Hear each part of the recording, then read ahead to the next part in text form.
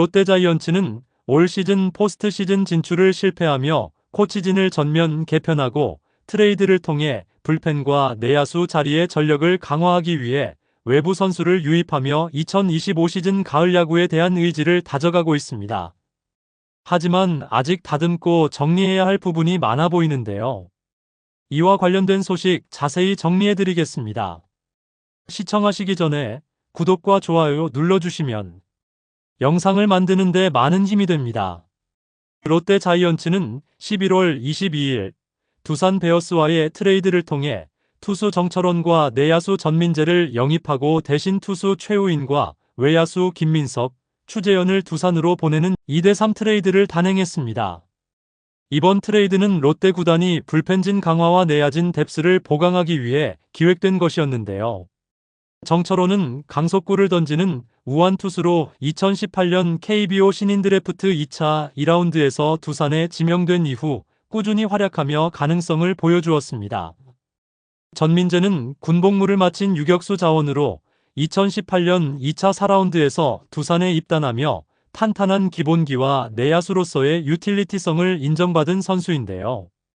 구단은 정철원이 불펜 투수로서 뛰어난 경쟁력을 가지고 있으며 1군 무대에서 즉시 전력감으로 활약할 수 있을 것으로 기대하고 있습니다. 이로 인해 FA로 롯데와 다시 계약을 진행한 구승민이지만 부진할 경우 기회가 줄어들 수도 있을 것으로 보이는데요. 정철원은 2022 시즌 23홀드를 기록하며 불펜진의 핵심 역할을 수행했고 이를 바탕으로 KBO 신인상을 수상하며 리그 최고의 신예 불펜 투수로 자리 잡았습니다. 그는 지금까지 1군 통산 161경기에 출전해 13승 10패, 22세이브, 35홀드, 평균 자책점 4.05라는 준수한 기록을 남겼으며 앞으로도 꾸준히 팀에 기여할 것으로 기대되고 있는데요. 또한 전민재는 내야 수비에서 안정적인 기량을 바탕으로 팀 내 경쟁력을 높이고 내야진에 큰 보탬이 될 것으로 보고 있습니다. 지금 롯데자이언츠는 젊은 선수들로 경쟁을 진행하고 있지만 전민재가 안정적인 모습을 보여준다면 2025 시즌 계속 기용될 수 있을 것으로 보이는데요. 전민재는 내야수로서 뛰어난 수비 능력과 더불어 안정적인 공격력을 갖춘 선수입니다.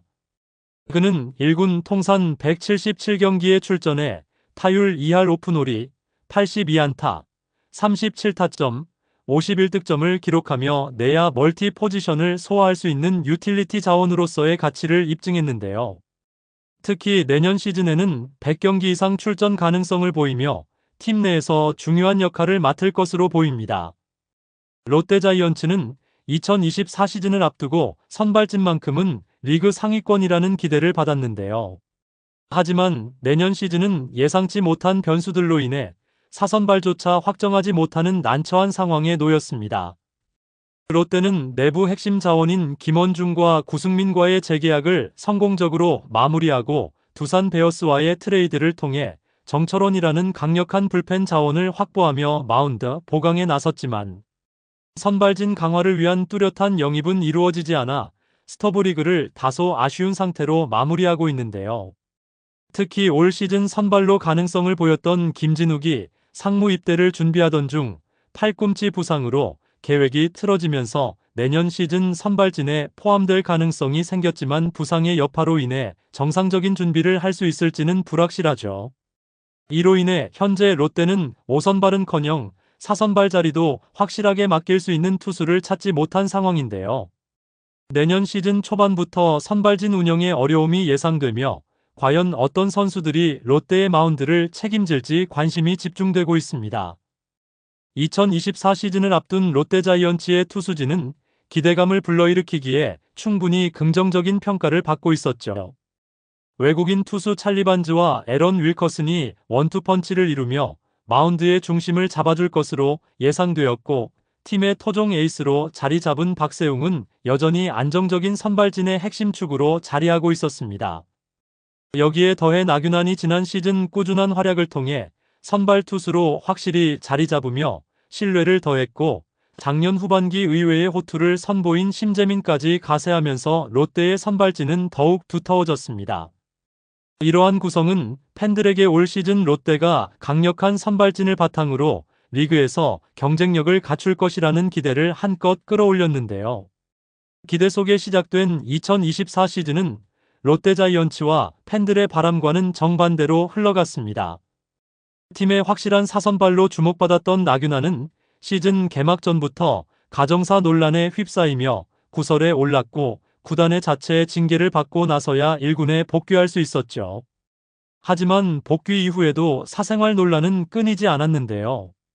특히 선발 등판을 하루 앞둔 새벽 시간의 술집에서 목격되는 사건은 팬들과 구단의 실망을 더 키우는 계기가 되었습니다.